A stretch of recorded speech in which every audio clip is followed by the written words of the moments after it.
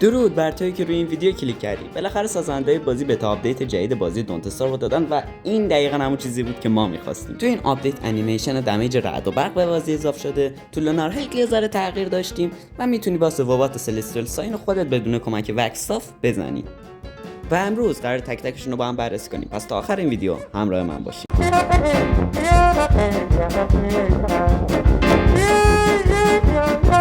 درست فهمیدی، این آپدیت در مورد برقه، البته اگه قطعش نکن.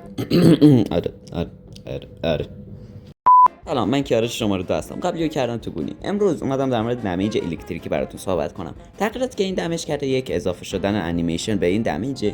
دو، اینکه میتونی نسبت به قبل دمیج خیلی بیشتری بدی. به عنوان مثال، دمیج الکتریک به افراد معمولی مثلا 1 باشه، به افراد خیس 2.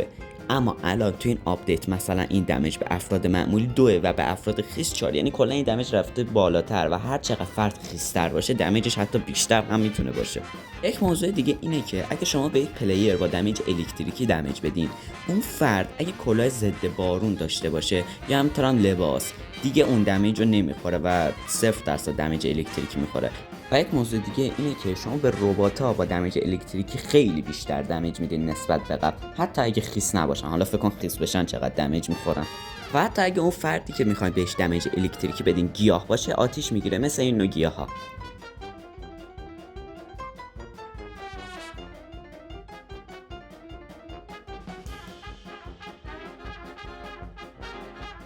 متاسفانه به جز چند تا پودر و گوشیش لوتی بهتون نمیده. بحث بعدی بحث نایتمراست که یک انیمیشن ریزی دارن اما استان نمیشن. اگه من 10 تا خوکو بیارم بهشون دمیج الکتریکی بدم، این دمیج الکتریکی انتقال مییابه و به همشون اون دمیج داده میشه و الان این یک سلاح کشتار جمعی به حساب میاد.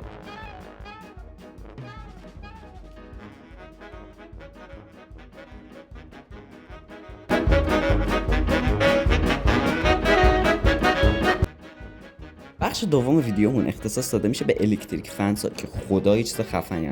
با یک دونه اسکرپ و 2 تا مونشارد میتونی یک چیز خفنی واقعا درست کنی. فقط خودتون نگاه کنید. با عنوان مثال، من اگه 2 تا الکتریک فنس درست کنم، اگه از بینشون رد شم الکتریک دمیج میخورم که واقعا دمیج خوبیه. حتی با استفاده از این الکتریک فنس‌ها میتونم کلی فارم خفن درست کنم. با عنوان مثال اینطوری یا حتی اینطوری یا هر نوع فارم دیگه‌ای که خودتون دلتون بخواد. همش کافی دور اسپانر یک چیزی الکتریک فنس بکشید.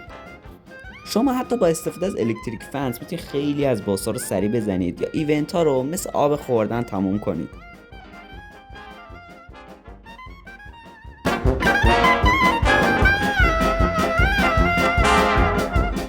این بتا آپدیت آخریه که دادن مربوط به لونار هیل و چیزای لوناریه که نمیشه گفت چیز بدیه نه چیز خوبی. همش صرفا وقتی لونار هیل میاد یک سری تکای لوناری به تیکای انگار وصل به تیکای چی داری میگی به درختاتون میچسبن یا حتی وسایلتون. شما میتونید اونا را کلر یا همون ماین بکنید.